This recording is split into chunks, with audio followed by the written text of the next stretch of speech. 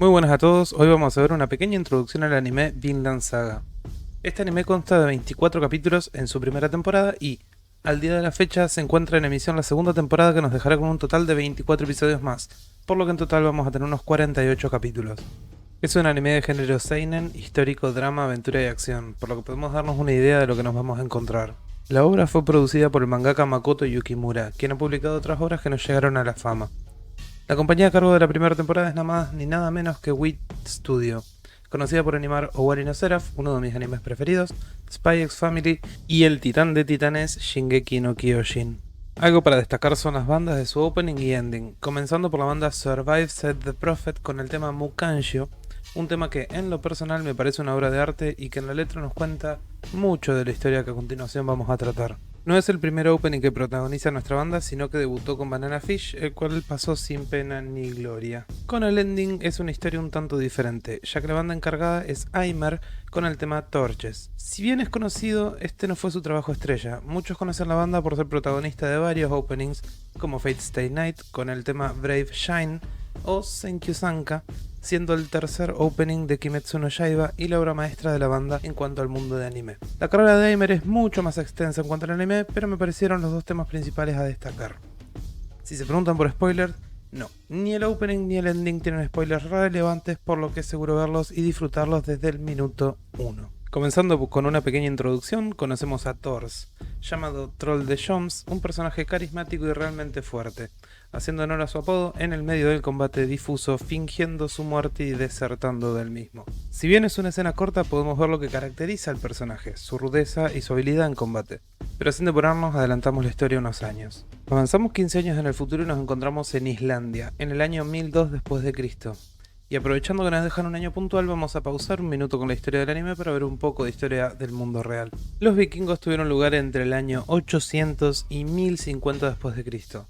Fueron, son y serán históricamente conocidos por su estética, sus costumbres, ya que en el nombre de las sagas islandesas los relaciona con saqueos y piratería de la época, y sus creencias, en las que podemos destacar el Valhalla, que en la mitología nórdica significaba el Salón de los Caídos, donde los muertos irán divididos en dos grupos. Por un lado tenemos los que seleccionaba Odín para definir la batalla del fin del mundo, mejor conocido como Ragnarok. Mientras que los que restaban seguían al Folkvanger junto con la diosa Freya. Nos encontramos de vuelta en el año 1002 después de Cristo con un niño de 6 años llamado Thorfinn, hijo de Thors, el guerrero que vimos anteriormente, que sueña con salir al mar abierto ignorando todos los peligros que conlleva. Por esto, Leif, un cuentacuentos y comerciante de piel y lana, nos cuenta una historia de una tierra lejana al oeste llamada Vinland, que, a diferencia de las tierras heladas de Islandia, esta era cálida, fértil y pacífica.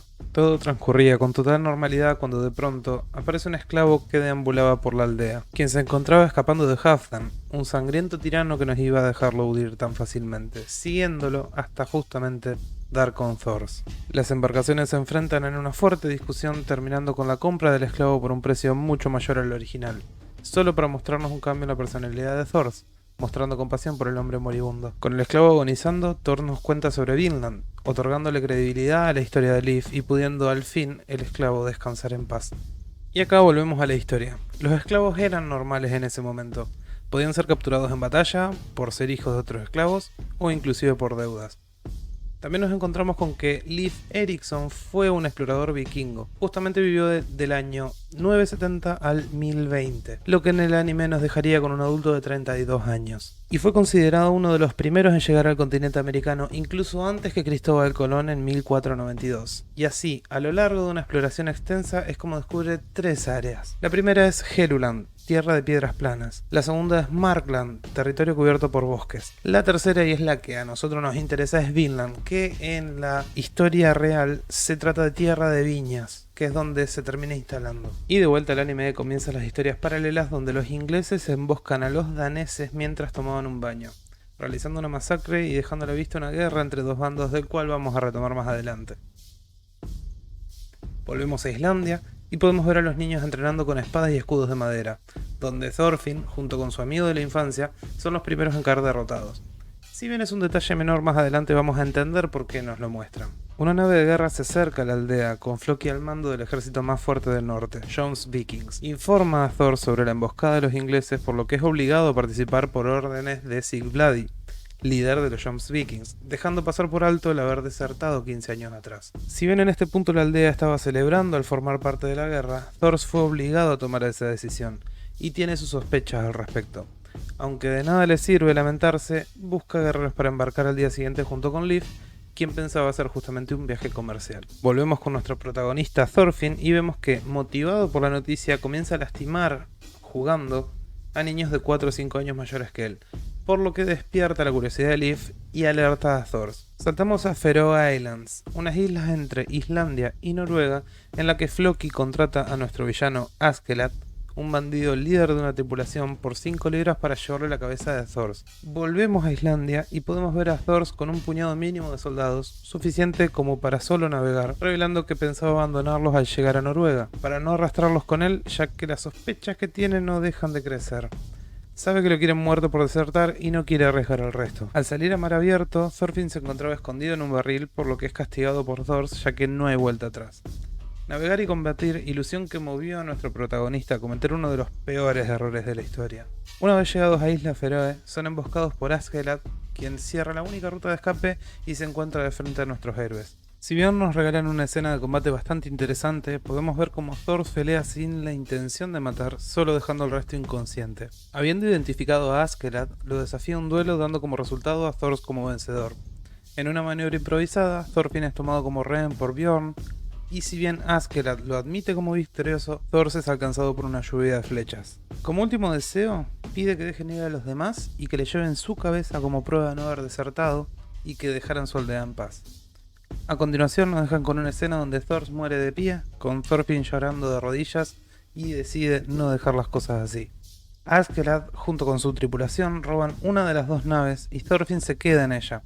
En este momento vemos como Thorfinn se quiebra y promete no descansar hasta matarlo para vengar a su padre, pero lo que consigue es ser el centro de burla de todos los mercenarios, salvando a Askeladd, que seguía impresionado con Thors, cumpliendo así su promesa y dejando que Thorfinn muera de frío o de hambre, pero no acabar con él directamente. Llegados a este punto, vamos a aclarar que lo que está ocurriendo en este mundo es bastante grande como para solo entenderlo con los que nos están mostrando, pero esto lo van a ir aclarando poco a poco. Si bien no pasa todo en el mismo orden, volvemos a la pequeña aldea donde Leif habla con Ylva, hija mayor de Thors, quien se encontraba a cargo del cuidado de su madre y de todas las tareas del hogar y de la granja, contándole de la muerte de su padre y la desaparición de su hermano, por lo que Leif promete volver a navegar solo para buscarlo y no volver hasta encontrarlo. Volvemos con Thorfinn y acá vamos a resumir demasiado lo que pasa para que realmente vayan a verlo. Muerto de hambre y de sed, desembarca y luego de una serie de hechos desafortunados logra sobrevivir. Busca y desafía al asesino de su padre en 2 oportunidades. Este acepta y solo lo humilla, viendo que cada vez iba mejorando más y más.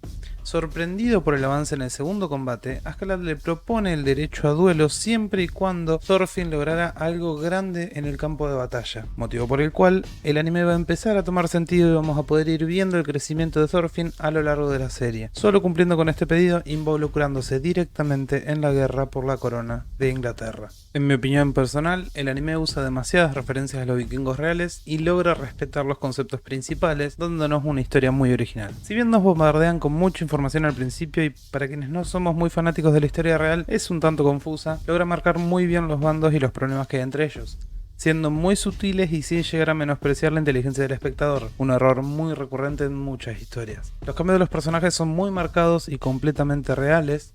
Thor se abandona el combate por vivir en paz con su familia, es en la fecha que justamente tiene a Ylva como hija. Thorfinn cegado por la venganza por la muerte de su padre, la emoción de participar por la guerra de Ari y el miedo por enfrentarse con la muerte cara a cara, son cambios muy reales sin llevar a lo ridículo de matar por matar, habiendo vivido en paz toda su vida. Otro detalle es el rol de la mujer en la sociedad vikinga, y sí, se encargaban de todos los quehaceres del hogar, de las granjas, del comercio, de absolutamente todo cuando el hombre iba a la guerra, pero ellas también podían participar. Los vikingos se dividían más por clases sociales que por sexo o género, por eso podemos ver que Ylva se traga sus sentimientos para cumplir con sus obligaciones por su madre. El anime es realmente interesante y nos deja con un final que sin spoilers necesitamos de la segunda temporada. Eso fue todo por mi parte, me despido y nos vemos en la próxima.